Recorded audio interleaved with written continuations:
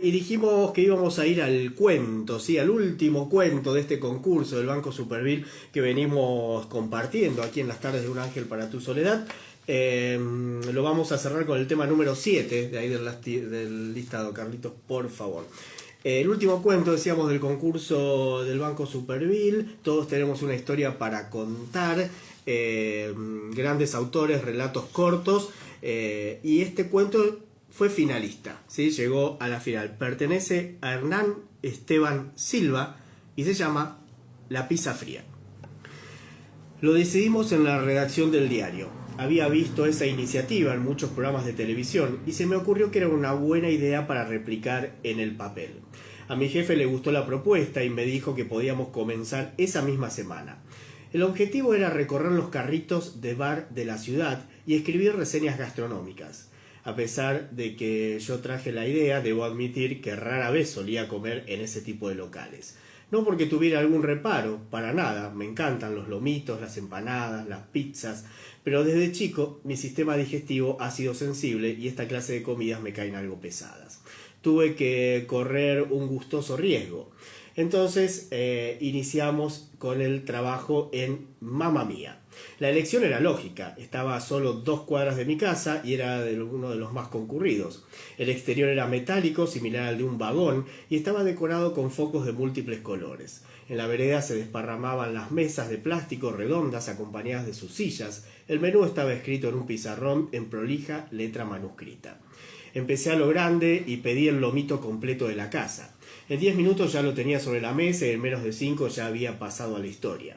Saqué mi libreta e hice algunas anotaciones para no olvidarlas. El local se había ganado una excelente reseña. En la mesa, justo al lado mío, estaba sentado un señor de unos 60 años. Era alto, 1,85 m, de aspecto bastante atlético para su edad. Vestía de jean y chomba blanca. Tenía el aire de un docente universitario. Al profesor, como lo apodé, le trajeron una pizza especial de 4 porciones, esas que son más pequeñas. Guardó silencio cuando le dejaron la comida y siguió mirando los autos y las motos que circulaban por la avenida como si nada. La pizza se enfriaba, pero no probaba bocado. Miré mi reloj, ya era casi medianoche. Apuré el vaso de gaseosa y me levanté para pagar. Pasé al lado del profesor, quien recién empezaba a comer. Fue la última imagen de mi primera escala periodística. Las notas sobre los carritos fueron un éxito y llegamos a reseñar unos 30 locales. Para no cortar el tema, mi editor sugirió elaborar un ranking con los que consideraba habían sido los 3 mejores que habría que visitar de nuevo para escribir el artículo final. Muchos negocios me habían gustado, pero el lomito de Mamma Mía era incomparable. Tenía ganado su lugar en el podio. Fue el primer carrito que revisté. Ese viernes a la noche el local estaba bastante concurrido, como de costumbre. Me senté en la única mesa que quedaba, la más alejada. Identifiqué al profesor sentado en el mismo punto en el que lo vi hace 3 meses. Me trajeron mi lomito, al que encontré más rico que la vez anterior. El profesor había terminado su primera botella de cerveza, pero la pizza especial de 4 porciones permanecía intacta. Recién media hora después, cuando le dejaron la segunda cerveza, probó el primer bocado. Me acerqué al mostrador para pagar. «Linda noche», le dije al profesor al pasar a su lado. Sin embargo, me mostró una indiferencia colosal. Ni siquiera se molestó en girar su cabeza.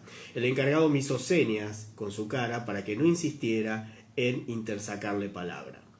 No íbamos a escribir más reseñas gastronómicas, al menos hasta el próximo año, pero me había gustado tanto Mamma Mía que adopté el hábito de ir a comer ahí todos los viernes. La clientela la componían hombres taciturnos de entre 30 a 50 años que por lo general comían solos. La monotonía solo se alteraba cuando llegaban jóvenes del complejo de canchas de fútbol, de césped sintético que había abierto hace pocos meses del otro lado de la avenida. Entre los parroquianos, el profesor me llamaba la atención por su comportamiento. Su rutina era férrea. Iba al carrito casi todas las noches temprano, a eso de las 8, se sentaba siempre en la misma mesa y no pedía otra cosa que la pizza especial chica. Recién cuando pasaba media hora desde que le dejaban el plato, comía la primera porción. Tomaba 1 o 2 botellas de cerveza, no más que eso. Mantenía el pelo corto, vestía sencillo, pero con esmero y pulcritud. Usaba pantalones de colores claros y chombas en sintonía. Si el día era caluroso, elegía sandalias. Sus sobremesas eran extensas, de hasta 2 horas. No traía nada para leer y tampoco se distraía con el celular. No conversaba con nadie, solo parecía bastarle contemplar el tránsito. El resto de los habitués se habían acostumbrado a su presencia, o mejor dicho, a su ausencia. Fui al Carrito por primera vez un miércoles porque el viernes tenía que viajar. Había pocos clientes, pero sí estaba el profesor. Me senté en una mesa contigua. Para mi sorpresa, ese día probó la pizza apenas la dejaron en la mesa. Con el paso de los meses, su presencia y sus manías me dejaron de llamar la atención, pero todo cambió aquel viernes, cerca de las 11 de la noche, una noche de verano, cuando llegó un grupo de 8 chicos, todos de edad sub-30. Sin perder tiempo juntaron mesas y pidieron 6 cervezas que vaciaron con asombrosa velocidad. Reían y recordaban aciertos y torpezas del partido. La euforia solo se aplacó cuando les trajeron las pizzas.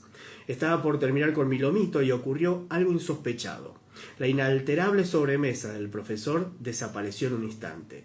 Furioso, se abalanzó de un salto sobre uno de los jóvenes, con una mano lo sujetaba del cuello, con la otra le daba piñas en la cara. Los compañeros del desdichado muchacho salieron en su defensa y se armó una batahola. A pesar de la desproporción que había, el profesor mostró fuerza y agilidad. En esos segundos de caos esquivó la mayoría de los puñetazos y las patadas y propinó varios golpes. Los comensales que estábamos cerca nos levantamos para frenar la pelea, pero apareció un móvil y bajaron 2 policías, un hombre y una mujer. 2 de los chicos sangraban por la nariz y un tercero tenía el ojo morado. Los uniformados se llevaron a los 8 jóvenes y al profesor a la comisaría. El encargado del local y yo fuimos como testigos. Conocía al comisario, era de mi edad y habíamos cursado en el mismo colegio secundario. Cuando terminamos de declarar le pregunté qué fue lo que había provocado la pelea. Fue un comentario sonso sobre Malvinas. Señor, fue piloto de la Fuerza Aérea. Los mocosos por ahí dicen cosas sin mala intención, pero no miden las palabras. Hay cosas con las que no se jode, me dijo. Al viernes siguiente fui al Carrito temprano con la intención de averiguar qué era lo que había dicho esos chicos que le generó tanta bronca. Pagué por anticipado mi lomito, pero también la pizza del profesor. Le solicité al encargado que cuando él pidiera la cuenta le comentara sobre mi invitación. No se desvió de la rutina. Tras comer su pizza, luego de dejarla enfriar y hacer su sobremesa, se levantó para pagar. Ahí el encargado le cuenta que yo lo había invitado. El profesor me miró durante pocos segundos, haciendo un tímido gesto de aprobación con su cabeza. Regresé al Carrito a la semana, comí mi habitual lomito y esperé que él completara su rito. Ahí me levanté, tomé la silla y me arrimé a su mesa. Estábamos frente a frente. Él intentó seguir con su indiferencia, pero lo había desacomodado. No di rodeos, le pregunté cómo se llamaba y a qué se dedicaba. Él siguió mirando el tránsito en silencio. Resignado ante su hermetismo, me levanté. «Espere, acompáñeme con una cerveza», me dijo con una voz amistosa. Me di vuelta, sorprendido. Él sacó un mazo de cartas que tenía en su bolsillo y empezó a mezclarlas. Me preguntó si quería jugar al truco y acepté. Era arriesgado, cantaba truco con malas cartas y envido con pocos puntos. La primera partida la ganó él con diferencia, la segunda la gané yo por poco margen. Más allá del resultado, los naipes le habían cambiado la actitud. Fuimos al bueno. Mientras gritábamos los puntos y estampábamos con vehemencia las cartas sobre la mesa, pedimos más cervezas. Concentrarse era todo un esfuerzo. En la última mano tuve suerte, me tocó el ancho de espada y el 7 de oro. El profesor sonrió y me felicitó dándome la mano con firmeza. Estaba contento de haber podido compartir un momento agradable con ese señor, pero todavía seguía sin saber quién era. Me levanté porque tenía muchas ganas de orinar y se me vino el mundo abajo. Desperté acostado en el sofá en el living de una casa desconocida. El ambiente estaba en penumbras. Escuché voces afuera. Me acerqué a la ventana y corrí la cortina. El profesor conversaba con un señor. Sin saber qué hacer, caminé por el living. En las paredes habían varias fotos de su pasado como piloto. Una imagen era la más importante. No solo estaba en el centro de la pared, sino que era la más grande y tenía un marco dorado. El profesor lucía bastante más joven, pero tenía la misma impronta, el mismo corte de pelo. Posaba sonriente con su uniforme militar, el casco en la mano, y detrás un A4 Skywalk. Debajo de la foto había escrito con letra bien pequeña y en color blanco, mayo de 1982. Apenas me senté de nuevo en el sillón, se abrió una puerta interior del living, me incorporé nervioso. Un hombre de unos 40 años me miraba con extrañeza y algo de temor. ¿Quién es usted?, me preguntó. Me daba vergüenza presentarme como amigo o conocido del piloto, así que le dije la verdad, que era cliente de mamá mía y que me había emborrachado. El señor sonrió. No lo hizo de manera irrespetuosa, sino condescendiente. Me preguntó si quería algo. No, gracias, tengo que volver a mi casa, le dije mientras me levantaba del sillón. No, por favor, espere a mi padre, me rogó. Le expliqué que en mi casa seguro estaban preocupados y que debía volver cuanto antes. Me dirigí a la puerta de entrada, pero el señor me tomó del brazo. Quédese acá. Nunca trajo a alguien a casa después de Malvinas, me suplicó. A continuación me dijo que el único lugar que frecuentaba su papá era el Carrito Bar. No exclusivamente por su mérito gastronómico, sino porque el dueño del local era hermano de quien fue su mejor amigo. Se conocían desde primer grado de la primaria y desde chicos se juraron ser pilotos de avión. Lograron el objetivo de entrar a la Fuerza Aérea y ambos pelearon en Malvinas. Uno volvió, el otro no. Fue derribado en una misión que en realidad le correspondía cumplir a mi padre, quien no pudo hacerla porque un día antes tuvo gastroenteritis. Tras el impacto de un misil, la aeronave fue consumida por las llamas. La misión fue un viernes.